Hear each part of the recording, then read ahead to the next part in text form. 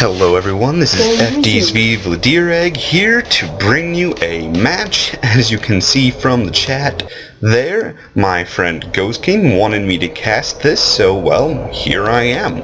It's going to be a 45-minute PvT 1v1 on Discord 4. So I guess we'll be seeing what happens. I do know from talking to Ghostking that he does attempt his first hi YouTube right there, a shout out from Ghostking. He does attempt his very first 4-gate in this map, or in this match. I'll be interested to see how he does it, since I don't think he's ever he has never 4-gated before. And there's that probe building a pylon, a little late, I think, perhaps. Yeah, it is a little late. Yeah, that's gonna be a little bit of an issue. Okay, I'm here with Ghosty. Yes, well, anyways, I think being on YouTube is going to go said, even though I have all of 5 subscribers and like 3 viewers. So yeah, hi everyone who actually watches that. Oh gosh, this is funny. Anyways, the map is Discord 4. You may have remembered it from the Practice League, where it was a 2v2 starter map, but in the Practice League it does have rocks, and that's the novice version of this map that prevents any sort of early aggression. Some of the features in this map, or on this map, for a 1v1 is an exceedingly easy to secure natural and a very large fortress main base. This normally would be where 2 people would be, but because it's single player, it's just so much easier to take this and defend it. Also, it makes taking a 3rd base ridiculously easy. Just because, you know, this is already a reasonably easy to defend natural. You've got, choke points here, you've got high ground and defender's advantage, all those things going for you. But when you take into account this is your 3rd base, not even your 2nd, yeah, it just becomes a really macro map, and these golds can become extremely important. This gold and this gold become extremely important. I was getting ahead of myself and beginning to select the watchtower and say that holding these can be key to surviving the early game, however. I will say that Ghost is completely doing the 4-gate wrong, because if you were doing it right, you would already have your cybercore down. Anyways, all of you will notice a skip in the video because of that. Apparently Ghost does want me to chat with him, so I'm going to tell him you are 4-gating wrong. Wow, typing is hard when you're talking at the same time. Yeah, so there we go. I am telling him he's doing it wrong. I do like that after he walled off, he put his marines in the front there. A smart move, because a stalker will be able to hit this. I thought you were 4.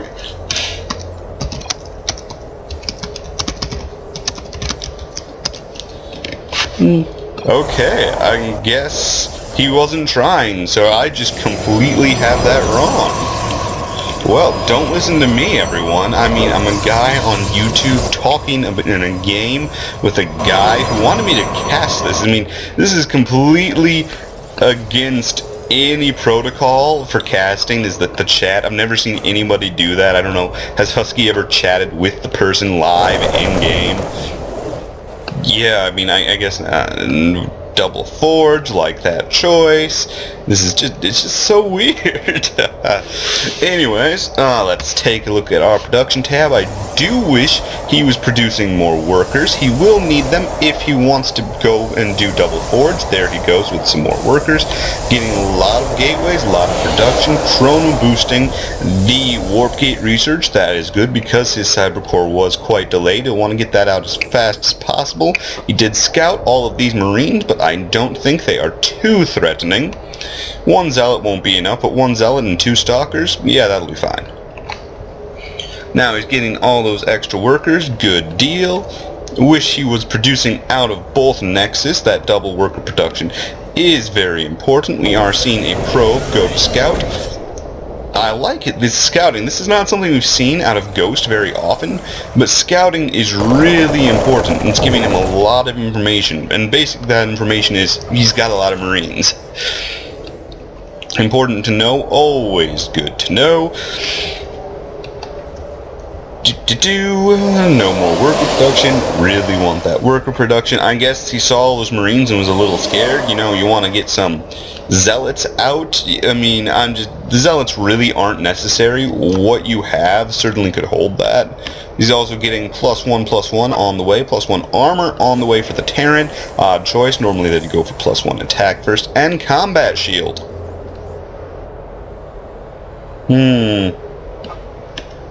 It's interesting. I mean, I don't know. I guess I would like to see a tech choice down for Ghostking.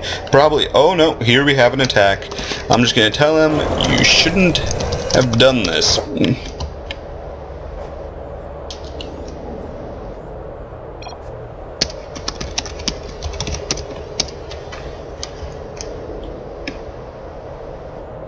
And we do see +1 attack on the way.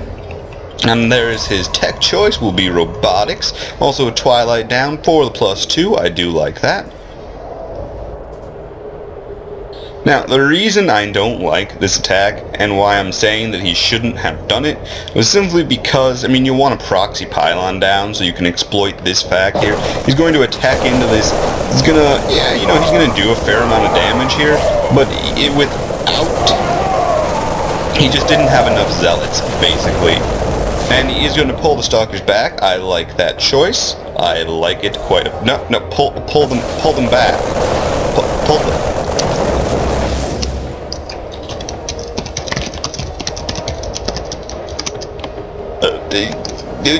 You could have pulled them back. Oh, that makes me laugh. It really does. Now seeing Immortal production, not the best choice. Immortals okay, they're hard countered by Marines, pretty much. I mean, okay, a Banshee, I suppose, is technically the better choice, but Marines are the counter for Immortals. Yeah, I mean, that's just not what am I showing the YouTubers? What? So, he's asking what I'm showing. I'm just going to say, pretty much everything that's happening. A lot of pylons coming down. Really needs his gas on his natural. Also, you know, now normally I would be suggesting taking a third, but he did lose all of his army. Well, you know, the vast majority of what he had for an army in that push, so he will not have... basically, he needs the... Who's doing better? None. Could be.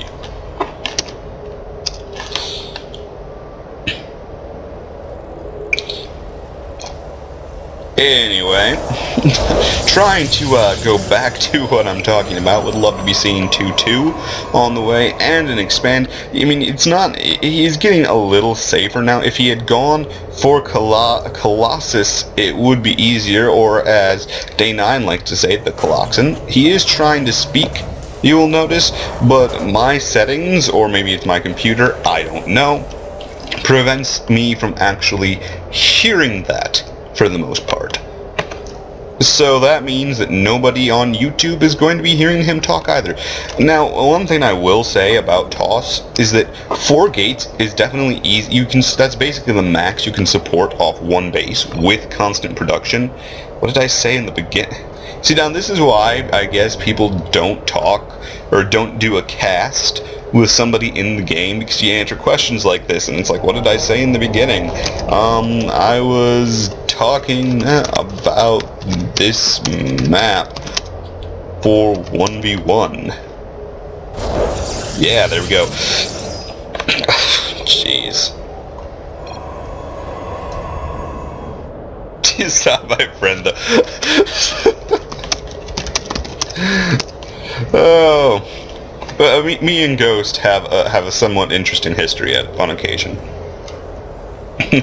let's just put it let's just put it that way. Do you see Blink on the way? That would be an interesting choice. Well, fine then. I guess I have been corrected. Ghost is not my friend, and yeah, that's how it is. I would like to see Charge before Blink, just because he has like no stalkers and much more zealots.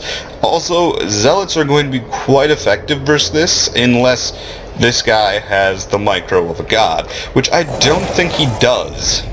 I'm just looking at, well, especially these missile turrets, I'm just going to say, I don't think he's going to micro pretty much at all. I think he's just going to let them die. Anyway, we are seeing finally some gateways add-on. I was trying to talk about earlier. Ideally, at this time, you'll want 3 bases and maybe 14 gateways, say like 2 robos and a Stargate. That's about what I like to do, you know, get some, keep getting the upgrades going. Very good thing to do. Now, at some point in this match, me and Ghostking are talking and do start giving him advice. I was not actually in the match or spectating. I was actually just coming in and saying, "Hi, how you doing?" And he asked for some advice. In this game, we do see some Dark Templar moving out on the field. He is letting me know. Of course, I already did. Whatever, not too important. The third would be much more important. But these Dark Templar can do a lot of damage. He does have 2 orbitals, and he's got enough energy for 2 scans. So yeah, as he just said, they failed. I mean, that's not really surprising. And where's the scan? They do get to do a lot of damage. Oh yeah, that's a lot of damage. This is not a failure. I would honestly say that they probably did their weight there for how much they killed. Like the 2 tanks, for example, very important to keep that, well, not really very important to keep the tank production low, but killing off 2 tanks for 2 Dark Templar is totally worth it. Totally worth it. I mean, I guess it would have been, you know, if you want to be really Gosu, you would have ran, or not even really Gosu. The next level up, I suppose, would be to split your Dark Templar, leave like 2 here, and send 2 in here, and start to break it.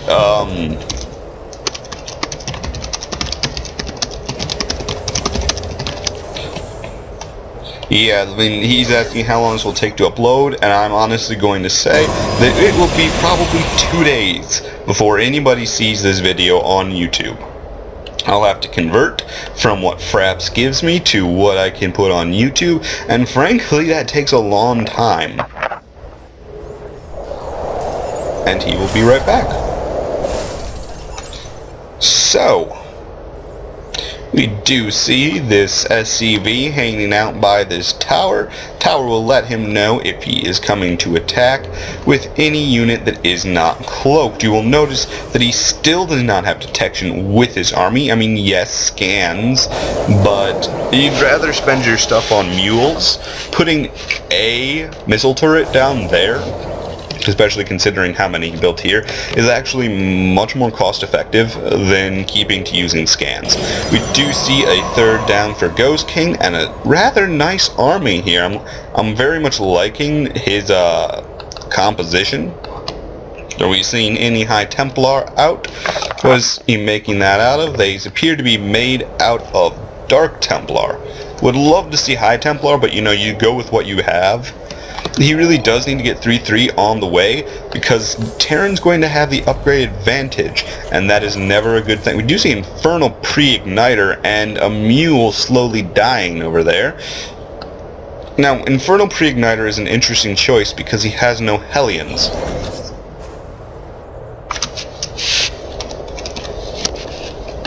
And we will be for 25 more.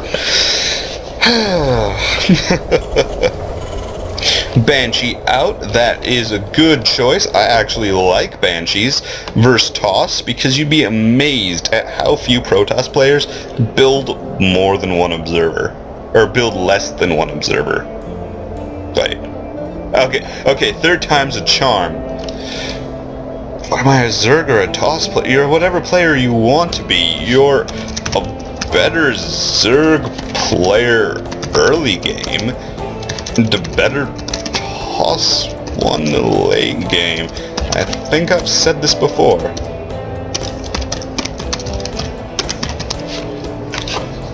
Yeah, there we go. I'm totally losing my train of thought. Oh yes, observers. Now, you see, I always... Well, no, because if you never make it to the late game, the early game is, you know, the early game is more important. Okay? I mean, you have to make it to the late game if you want to play the late game. That's just what I'm going to say. You have to make it there. I mean, you gotta learning the game in stages. The first stage is to learn how to survive your cannon rush, basically. You know, how do I not die to a 6 pool? And then you move on to, okay, what's the perfect late game composition? Obviously, there's a couple more steps in between, but that's not really super important. I would love for him to have taken a 3rd base. I'm not really sure what he's lolling about. Yeah, no idea. I mean, I guess I don't like that this army is split up. I would love to see the tanks there, kind of. But I do realize that you can exploit that. Unsieged tanks fail. Yeah, I guess, oh, they're rallied there. Here's the thing. He'll know if they're coming, so it's not too important. Moving on, double Stargate, interesting choice, probably not the one I would do. A Stargate for a couple of voids would be ideal, just because Terran will want Vikings, or in this case, Banshees. Banshees might actually be the better choice, because when I think about it, I'm not entirely sure if voids will attack Banshees before they'll attack Marines. And so if you have Banshees out, it might actually be stronger versus Colossus than Vikings. At least you see, whenever I play Protoss, I like to get a few voids to tank for my Colossus in the air. But they won't do that versus Banshees. Very interesting. And yes, he does not have Stim. That is important. Stim is amazingly brilliant. You want Stim. Stim is always good. I would honestly not say that's why he lost, though. I'm sort of going to peg it down to not having Vikings. I mean, despite what I was saying earlier about how Banshees might be better, Banshees only have a range of 6. And Colossus have a range of 9. Which means that the Banshee is pretty much going to have to pass through the Archons to get to the Colossus, whereas a Viking can sit out of range of most of Toss's anti-air and shoot the Viking, or shoot the Colossus. That is why it's play 1v1s and find out.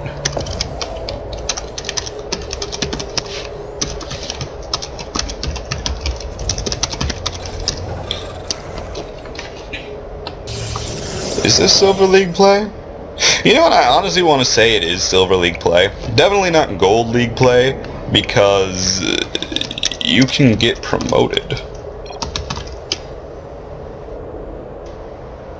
I mean, how didn't it?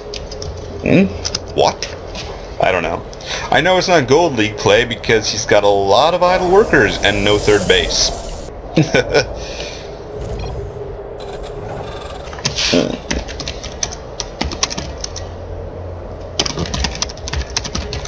I do now. How to explain MMR? Okay, I want to fight Nelva Hill. Look, this is actually a good... Here's the thing. This is actually a great late game composition. I really like this. Actually, come to think of it, how does he even have... How does he have the supply to do this? Oh. Yeah, well that explains it. He doesn't have the probe. Since he's down 22 probes, and of course he's got like 10 less zealots than I would. That means a lot more Archons. Maybe I really should consider cutting my zealot production. We do see a ghost out. It's not for EMP. It's going to try and drop a... Well, it can't be dropping a nuke, and it can't be doing cloak, because it has neither of those. And we don't even have them on the way. What on earth is the point of this ghost? Why is it here? I don't know. I don't get it. Anyways, now, returning to MMR and Silver League, you see, it's not really about winning like 4 games in a row. It's...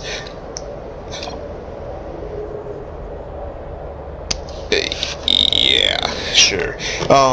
MMR, your matchmaking rating is...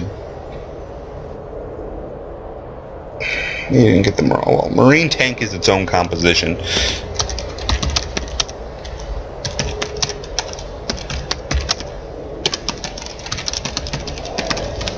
Not one I like, but it certainly is viable.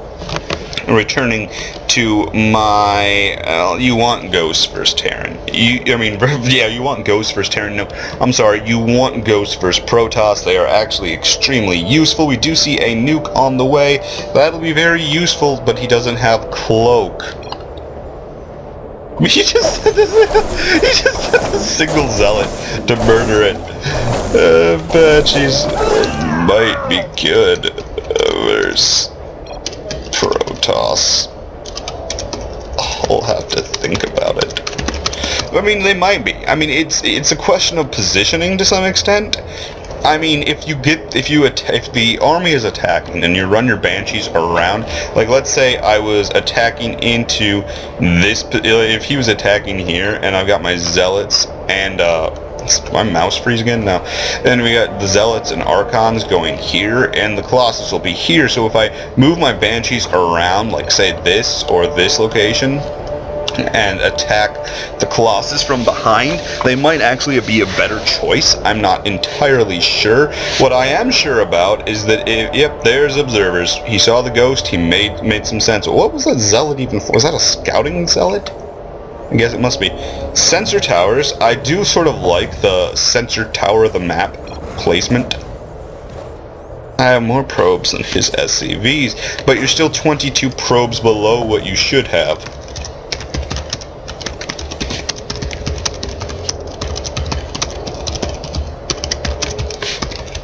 Most are idle anyway.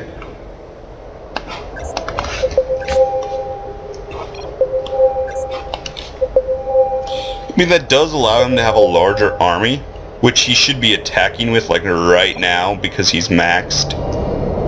Okay, good. And, do wish he started those shield upgrades. Now, shield upgrade, I mean, especially with this many Archons, you want shield upgrade. Just because shields are super important to Archons. That's all they have. They are nothing but balls of shield. Here it comes. Who'd win? You. His army is split and unsieged. Even if it wasn't, he'd still win. Even if it wasn't. Even if it was perfect. I don't know about that. Now, why did he... What? I don't have it. No, I do not know why. I'm hoping he will explain.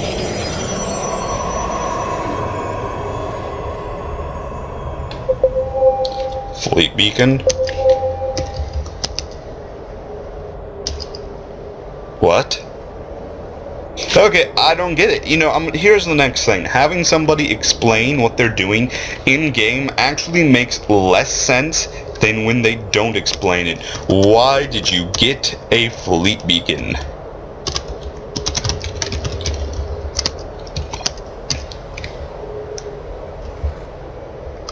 I'm going to guess Mothership because I seem to remember him mentioning that. Before, we'll find out. He can't actually afford a Mothership. He doesn't have the supply.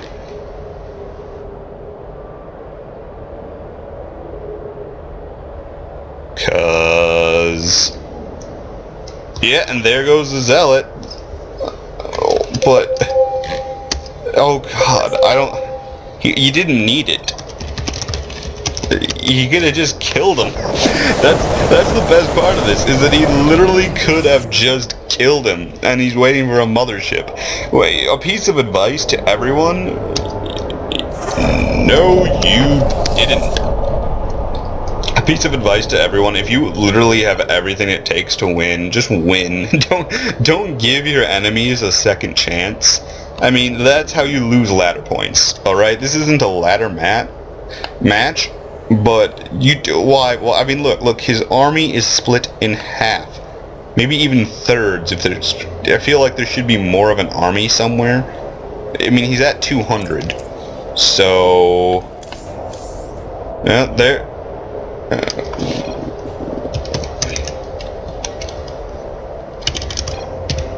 I mean, I'm gonna be honest. I don't like speeding up these replays just because. If I miss, especially, that's the next problem. I'm not actually in control of this, so yeah, it makes replay control difficult. And there dies a ghost. But not this ghost, just their ghost.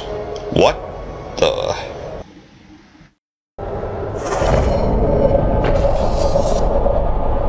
okay, apparently he backed up to make sure I saw this. I'm gonna say right now that I am probably never ever going to cast a game again with the person in the game with me. It's an interesting experience. I'm not really sure how to explain it. I do like how he does have his only sieged tank is nowhere near. I mean, I guess it's useful against DTs if it wasn't for the fact that DTs will totally survive the tank's shots and make it to the tank. That just makes me laugh. Is that he actually could kill him? You could just send DTs, they wouldn't be be able to stop him. I also love the long distance cast. Yeah, there's the guy. It wasn't even cloaked.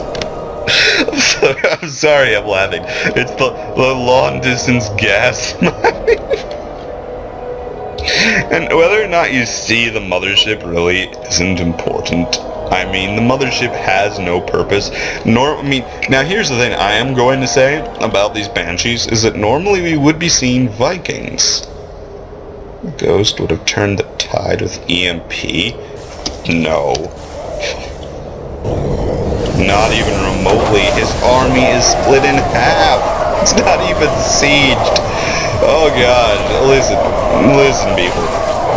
I mean, basically this entire thing depended on him microwing his units.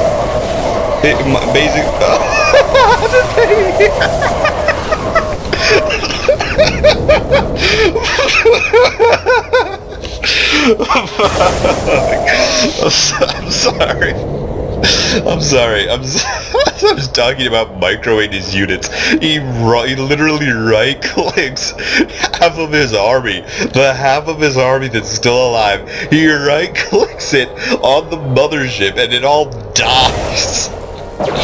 Oh my god. That was priceless. Yeah, okay, listen. Motherships are not that important. They don't do all that much.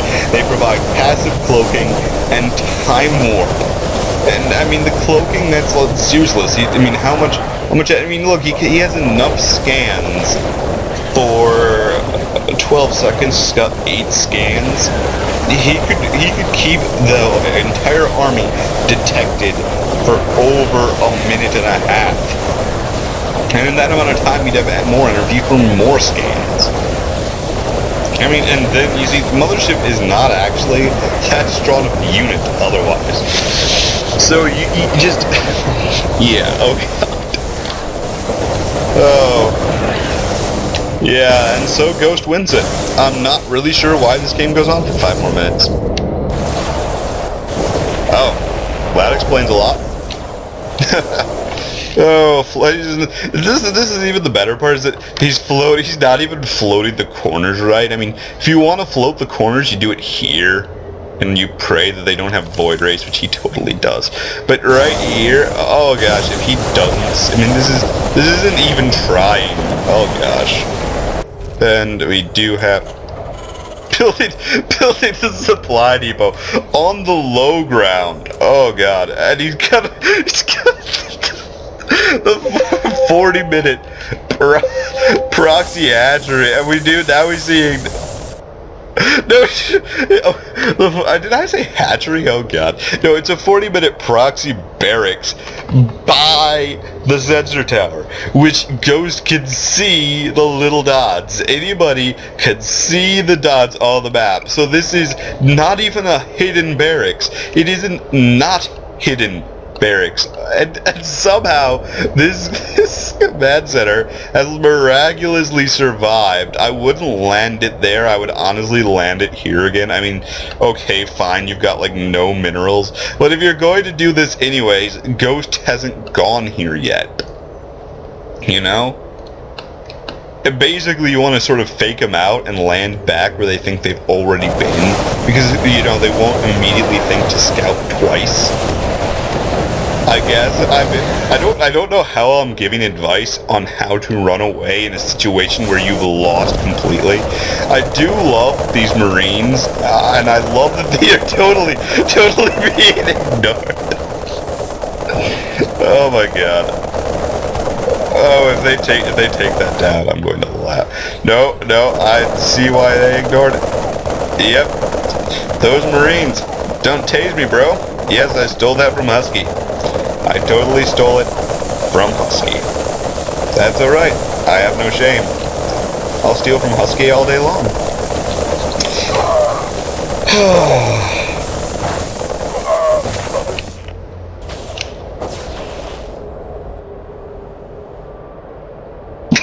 The barracks. No way. Okay, this is the worst. These are the worst hidden buildings ever. They're like, okay, it's like, let's hide a building. Let's put it next to the thing that shows up on our enemy's minimap. And then let's hide half of the rest of our buildings in the ramp that leads to the tower. Oh god. Oh god. Why do people even try in this point? Why don't people just say GG? It's not even like this is a ladder map. It's just a custom game. What is with people never giving up? What's the never surrender thing? I mean, okay, what's he saying now? My dad is going to play after this. Oh god. Well, everyone, this has been a match. I'm not entirely certain what has happened. All I know is that this is crazy, and this is a game. Well, welcome to Bronze League Heroes, I guess. I don't know. I don't know what I'm looking at. I do not. Oh my god, I don't know what I'm looking at. I don't get it. Oh.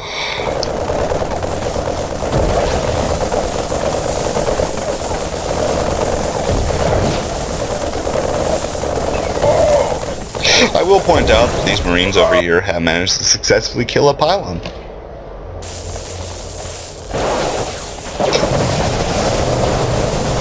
Oh god. Well everyone, this has been FTP's vladerag, bringing you some 1v1 action. And that